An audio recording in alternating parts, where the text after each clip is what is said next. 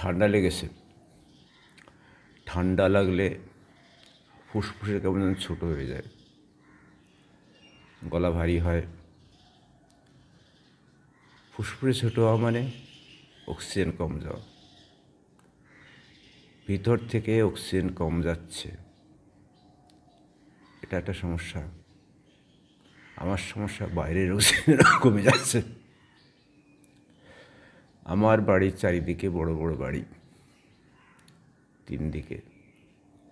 পশ্চিম দিকে দক্ষিণ পশ্চিমাংশে একটা বড় জলের ট্যাঙ্ক, 7 তলা বাড়ির সমান। সকালবেলা যেমন দুপুর মানে 10টার আগে আলো পাই না, আবার বেলা হেলতে হেলতে আলো কমে যায় ট্যাঙ্কের জন্যে। আলো পাই বিকালে, ওই ট্যাঙ্কের নিচে ফাঁক ফোকরটা আছে, সেখান দিয়ে যে আলো আসে, হাওয়া আসে, সেটাই আমার জীবন ধারণের একমাত্র অবলম্বন আছে। থাকবে কিনা সেটা নিয়ে আজকে আলোচনা।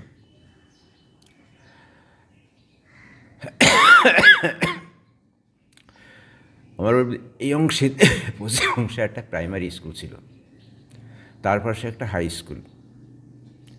হাই স্কুল উঠে গেছে, প্রাইমারি উঠে গেছে।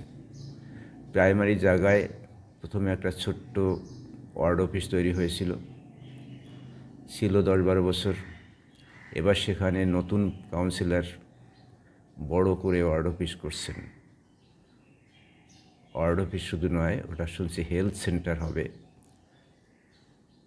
একটা হেলথ সেন্টার আছে অদূরেই, সেটাও একটা স্কুল ছিল।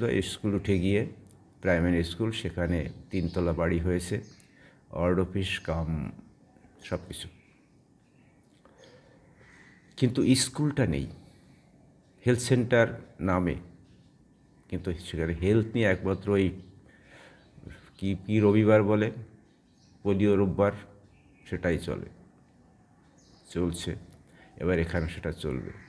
যেহেতু উন্নয়নের ধারা, থাকুক, আমাদের আপত্তি নেই।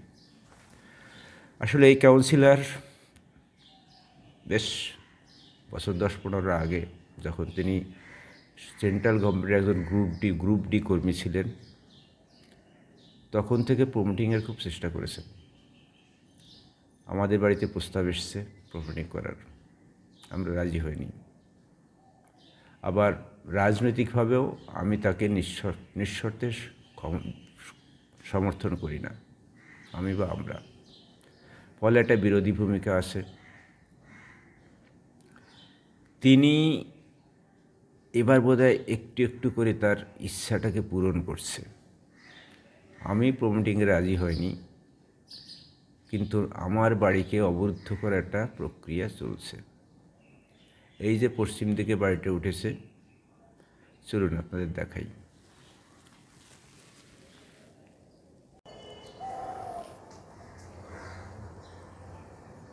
ওইটা হচ্ছে জলের ট্যাঙ্ক, 7 তলা বাড়ির উঁচু বা 8 তলা বাড়ির সমান।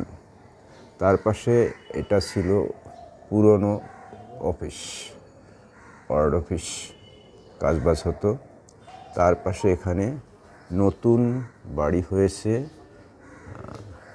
দেখুন দোতলা বাড়ি, নতুন অর্থাৎ এই অংশ দিয়ে আমি হাওয়াটা পেতাম, সে হাওয়াটা বন্ধ হয়ে গেছে।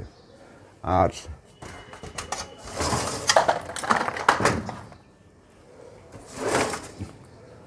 ওই যে দূরে, ওটা ছিল হাই স্কুল, যেটা এখন চলে না।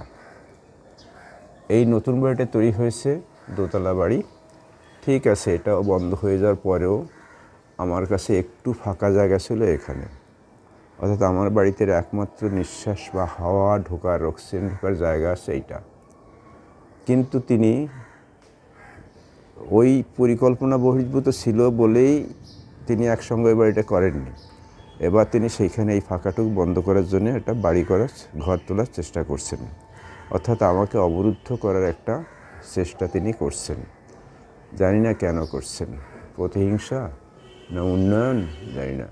কিন্তু উন্নয়নে যদি হতো, এই পরিকল্পনা থাকতো, তাহলে এর সঙ্গেই তিনি বাড়িটা করতেন, সেটা করেননি। আমি যাচ্ছি আমার বাড়ির পিছনের দিকে, ওই যে হলুদ বাড়িটা, এটা আমার বাড়ি। আর হলুদ বাড়িটা হচ্ছে পুরনো ward office cum pump house.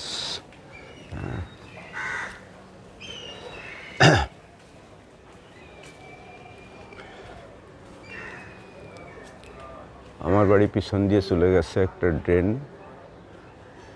এটা এই ড্রেনটা এখান দিয়ে চলে গেছে এদিকে, এই ড্রেন।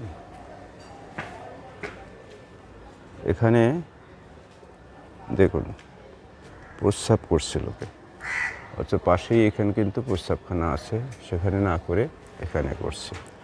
অনেকবার বলেছি এখানে একটা ম্যানহোল খুলে দিলে সেখানে লোকে প্রস্রাব করতে পারে, কিন্তু সেইটা হয়নি। ম্যানহোলটা খোলা হচ্ছে না, হচ্ছে। আর এর যে দুর্গন্ধ, সে দুর্গন্ধ আমাকে তিক্ত করছে। সরি, এটা জলের ট্যাঙ্ক, এটা বট গাছ, শান্তিনিকেতনে কি বলে, শিবপুরের বট গাছ না, এটা ভালো বট গাছ লাগিয়েছে। আর ওই যে দূরে হচ্ছে নতুন স্বাস্থ্যকেন্দ্র, ওইখানেই ছিল প্রাইমারি স্কুল, কিন্তু সেই প্রাইমারি স্কুলটা এখন ইতিহাস হয়ে গেছে। ওইটা পুরনো স্কুলের পুরনো অংশ, নতুন অংশ একটু পরে দেখাবো, যেটা ছিল হাই স্কুল, কিন্তু হাই স্কুলটা এখন আর নেই।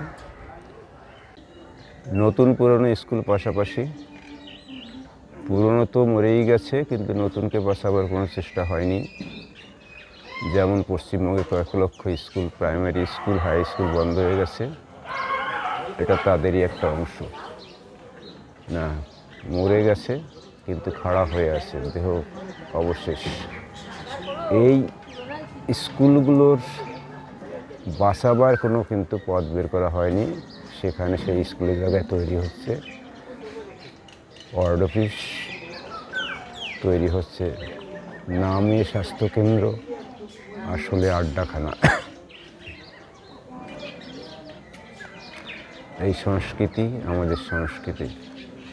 আমরা ফিরে এলাম আমার বাড়িতে, ওই যে বাড়ির সাইড দিয়ে দেখা যাচ্ছে নতুন ওয়ার্ড অফিস। আসলে যে কথা বলতে চাইছি, একজন মানুষ সে প্রমোটার হওয়ার স্বপ্ন দেখছিল, গ্রুপ ডি কর্মচারী হয়েও প্রমোটার হওয়ার স্বপ্ন ছিল, টাকার স্বপ্ন। তার সেই স্বপ্ন সফল হয়েছে কাউন্সিলর হওয়ার পরে। কাউন্সিলর হওয়ার 2 বছরের মধ্যেই মেয়েকে বিয়ে দিয়েছে।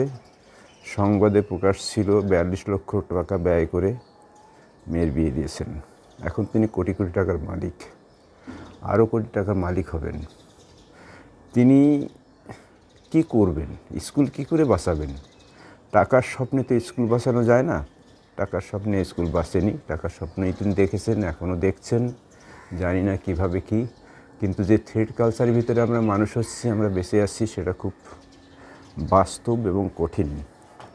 এইটা যদি, এই ভিডিওটা যদি তার কোনো কারণে তার চোখে পড়ে, তাহলে আমার অবস্থা সঙ্গীন হবে, আমি জানি। কিন্তু কি করব, নিঃশ্বাস নিতে পারছি না তো। ঠান্ডায় ভিতরেও অক্সিজেন কমে যাচ্ছে, আর বাইরের থ্রেড কালচারের ঠান্ডায় বাইরের অক্সিজেনও কমে যাচ্ছে। আমি আটকে পড়ছি। একটু হাওয়া যেটুকু আসতো, সেই হাওয়াটুক তারা বন্ধ করার জন্য উঠে পড়ে লেগেছে, তাই এই অংশটা ফাঁকাই রাখতে চাইছে না। মনের ক্ষোভ জানালাম। স্কুল নয়, স্কুল বন্ধ সারা বাংলায়। বাংলায় স্কুল তো বন্ধই, স্কুলই বন্ধ। পড়াশোনার লোক ছেড়ে দিচ্ছে, প্রতি বছর পরীক্ষার্থীর সংখ্যা কমে যাচ্ছে মাধ্যমিক বা উচ্চ মাধ্যমিকে, আর আমরা বড়াই করছি, উন্নয়নের বড়াই করছি। কোথায় এর গতি, কোথায় এর শেষ? মানুষ বলবে, বিশ্বাস রাখি মানুষ একদিন ঠিক এই জবাবটা তাদের কাছে আদায় করবে।